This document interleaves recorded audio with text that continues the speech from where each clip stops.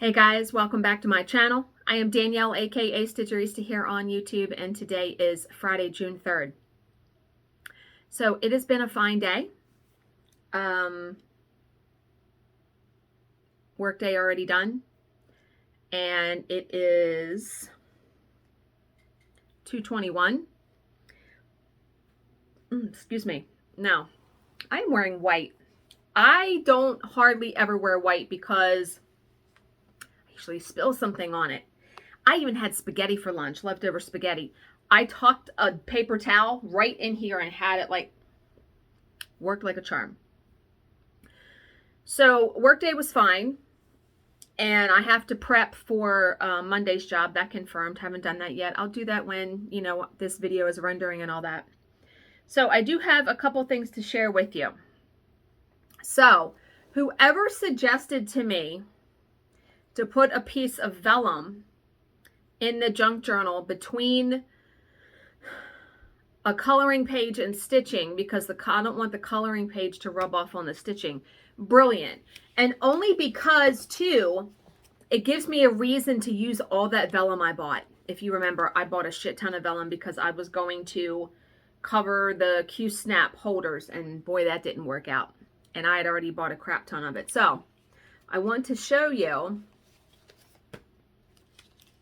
how I put a piece of vellum. Okay, so I had my coloring page here, right? And then this I'm going to put stitching on. Remember, I'm going to stitch these two little ones and put them up here, up down there. So I was like, okay, how am I going to glue this vellum? And here's the piece of vellum I put. How am I going to do this? What I did was I opened the book, and in the crease, I have this, as I drop it, I have this Aleene's original tacky glue pen. Let me open it up and show you.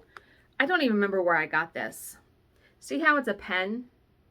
I just squirted a whole line of glue in the crease of that and then stuck the page in it and let it sit, because it would, once it stuck and got tacky, I just let the book lay open and let it dry. And it didn't take that long to dry. So that's fantastic, because now the stitching won't get messed up by the coloring page. So I did finish my other coloring page this morning. I think it turned out so good. This is called Summer's Day. Didn't it turn out? I love how her hair turned out. I thought I did a really good job. I really like this page very much. So knowing that I'm probably going to do stitching on this side, I then put another piece of vellum. There's another piece. So easy to do that. So, yeah, moving right along with the coloring pages, having a lot of fun with them. And I changed my mind about how I want to organize my pencils, and I swear Bill just thinks I don't know what he thinks. It's driving me crazy, but sometimes, you have to try a couple things before something is successful. So you know how I had the colored pencil box, that wooden box I bought from eBay? Nope, from Amazon. Well, I realized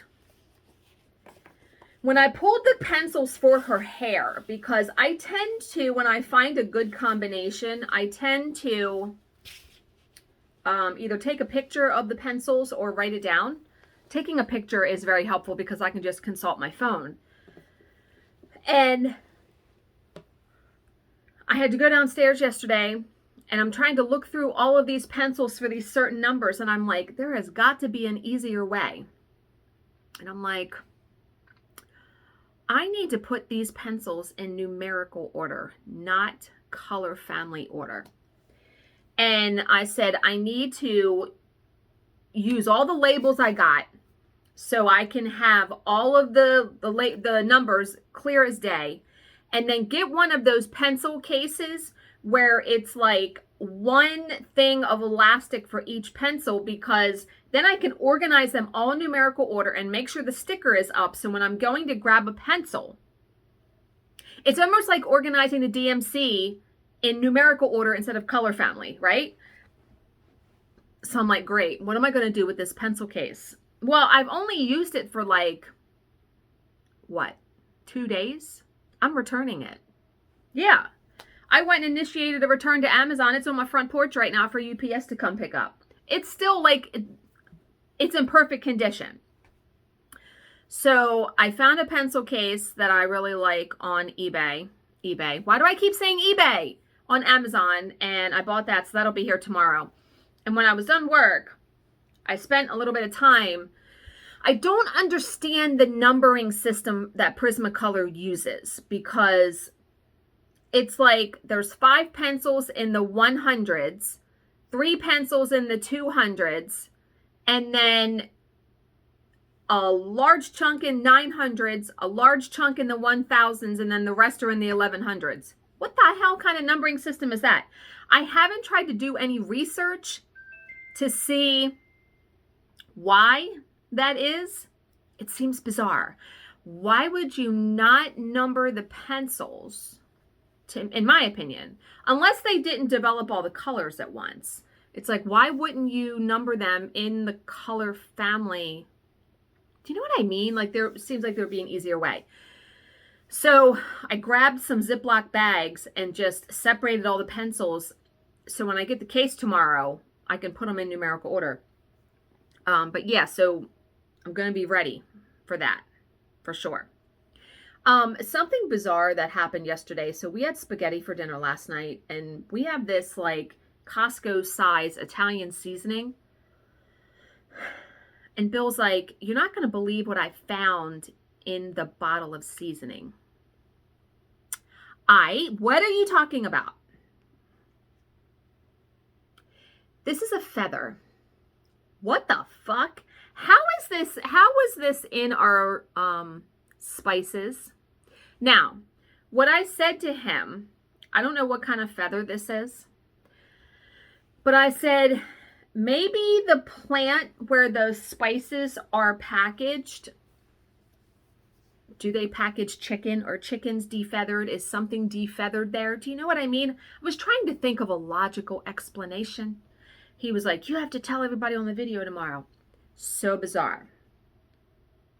I don't have any, I was perplexed, let me tell you. Okay, stitching.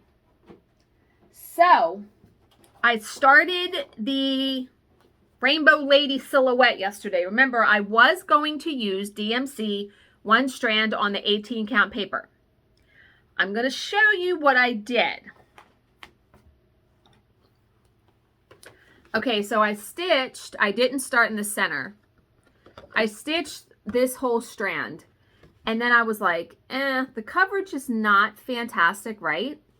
I said, let me try Sulky, because remember, Sulky is supposed to be comparable to 1.5 strands of DMC. So to me, that would give good coverage on 18 count paper, and it does, because look, here's the Sulky. It does give better coverage than the DMC. So I said, all right, I haven't gotten that far, so I'm just going to start it over tonight. Bill's fishing tomorrow, so he'll probably go to bed somewhat early, so I'll probably come up here and stitch a little bit. And the washi tape, this washi tape that I was using, it's not sticky enough. Some tape is much stickier than others. And this tape that I found is pretty sticky. I'm going to use it. So I recut the paper. And this time I'm going to start in the center. So it's perfectly centered. In the center, I think, is her nose or her eye. Yeah. So here are the colors that when I did the Sulky conversion.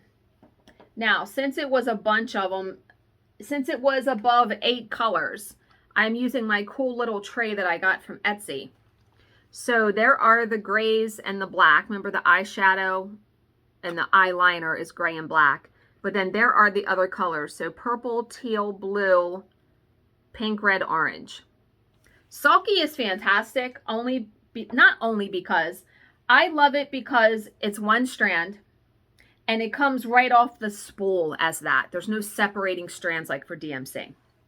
So hopefully I will have some stitching for you tomorrow. That is my goal. I do have a massage tomorrow morning at 9 a.m. But Bill's going to be fishing, but that'll probably, by the time I get home and take a shower, he will almost be home. So, like I said, tonight I think I will try to do some stitching when he goes to bed. We are ordering Chinese tonight. I was going to make meatloaf. I knew our job was going to end early, and I was actually going to go to the grocery store, but he's like, let's just order Chinese, and I'll make meatloaf on Sunday. That's one thing I can make pretty decently. All right, so let's read a small miracle story because these are so utterly fantastic in this book. And if you notice, I'm numbering the videos like Small Miracles 1, 2, 3. I'll just keep going that way.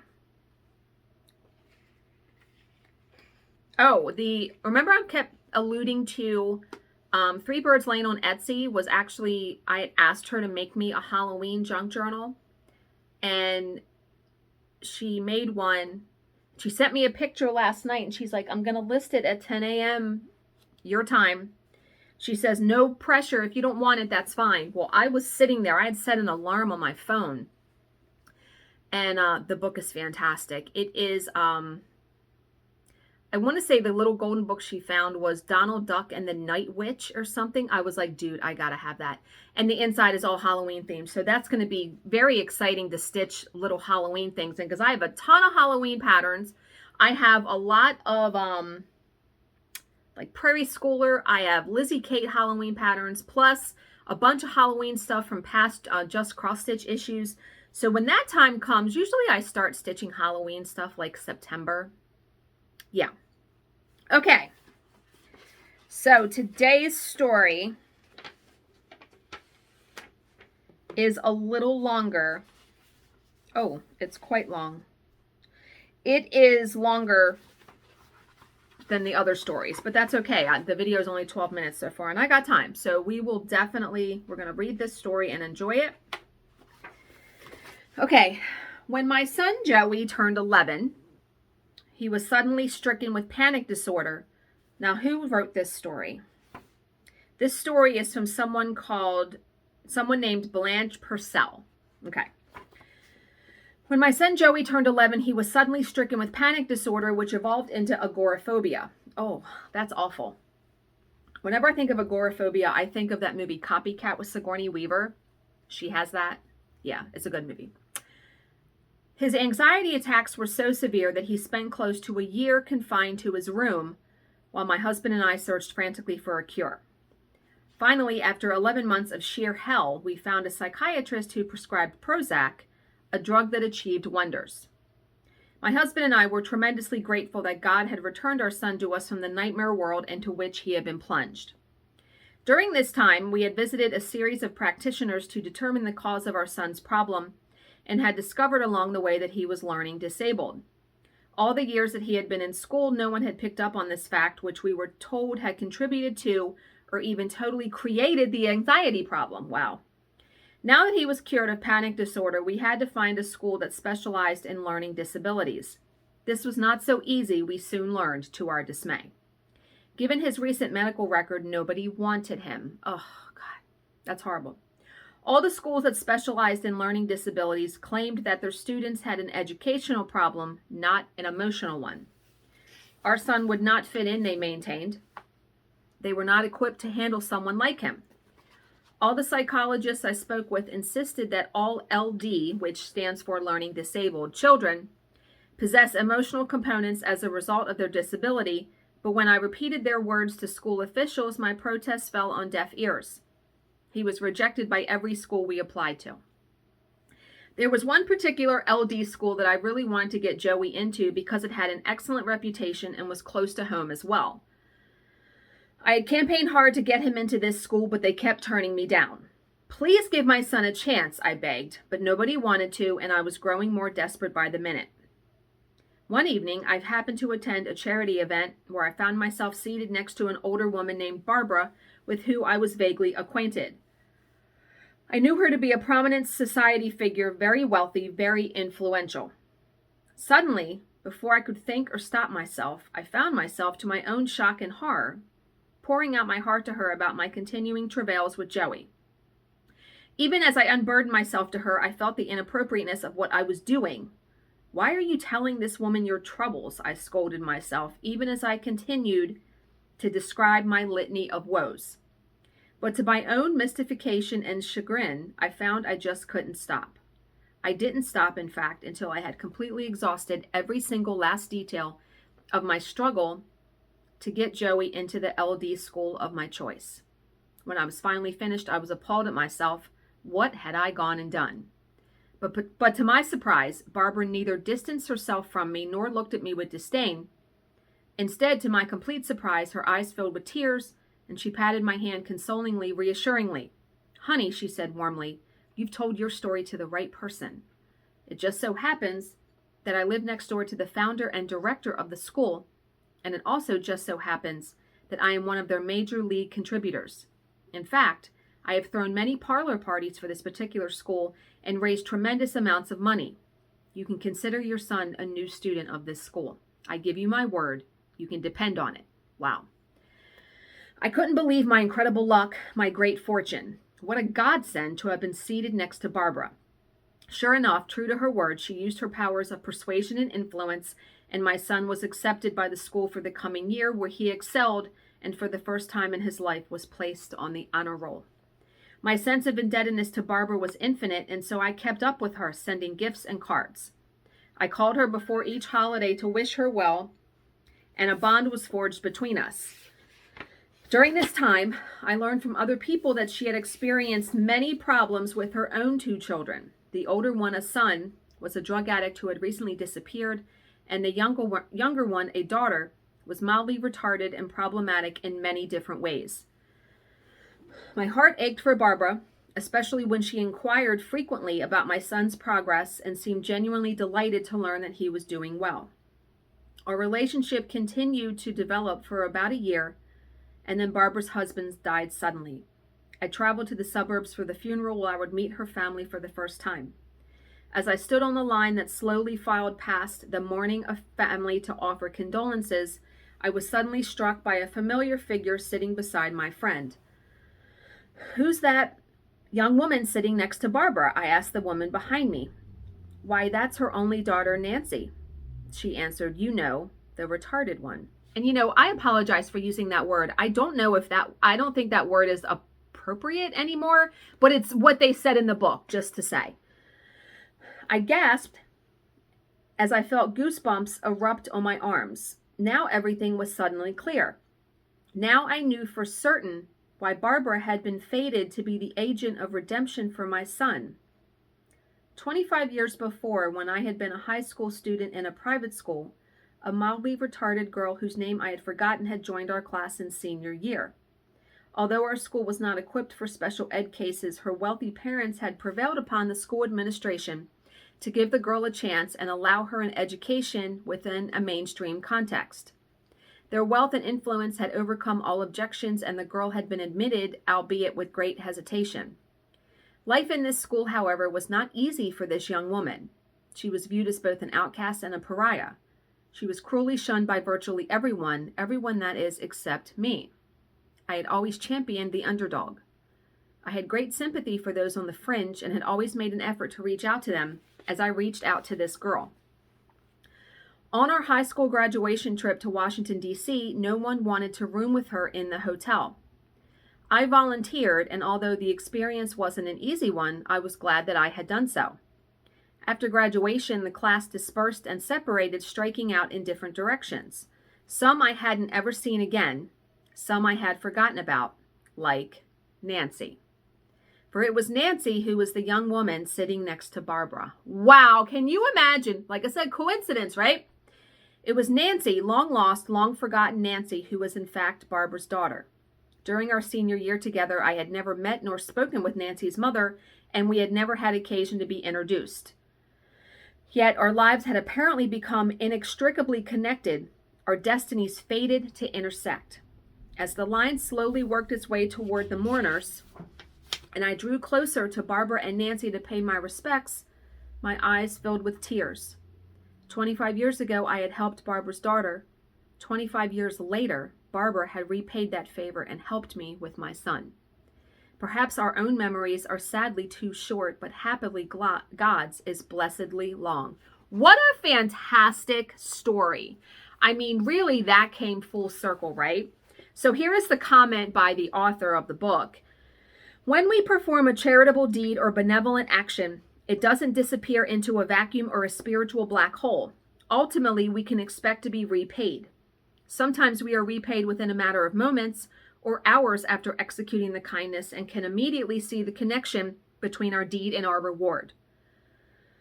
However, there are deeds that take decades to be repaid, but when they finally are, we often gasp at their fitting symmetry.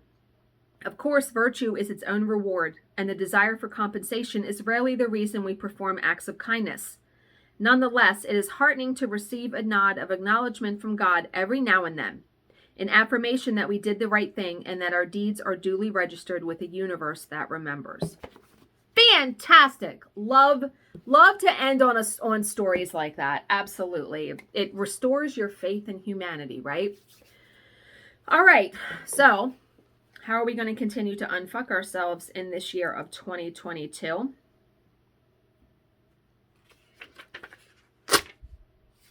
Good tarot. Your life has been about explaining and justifying and excusing yourself, in effect giving away your power to outside influences. But now it's about bringing all that stuff back in-house, about getting your life together and recognizing yourself as the one and only true source of change. It's you, and it always has been. Bring it home, baby. And this reminds me of, I was listening to a YouTube video this morning, and they said a statement that I've heard many times before: nothing changes if nothing changes, right? Meaning nothing's going to change in your life if you don't change something. So yeah, that kind of reminds me of that. So, all right. I hope you guys all have a great Friday and a good start to the weekend. It has cooled down here today. I walked out to get the mail, and it actually is very nice out today, which is a nice break from the last 3 days that have been pretty sweltering. So, like I said, have a great Friday. As always, if you have any questions, please leave them in the comments section below, and I will answer them to the best of my ability. Thank you so much for watching and subscribing and spending about 23 minutes of your time with me today, and I will see you in my next video. Bye, guys.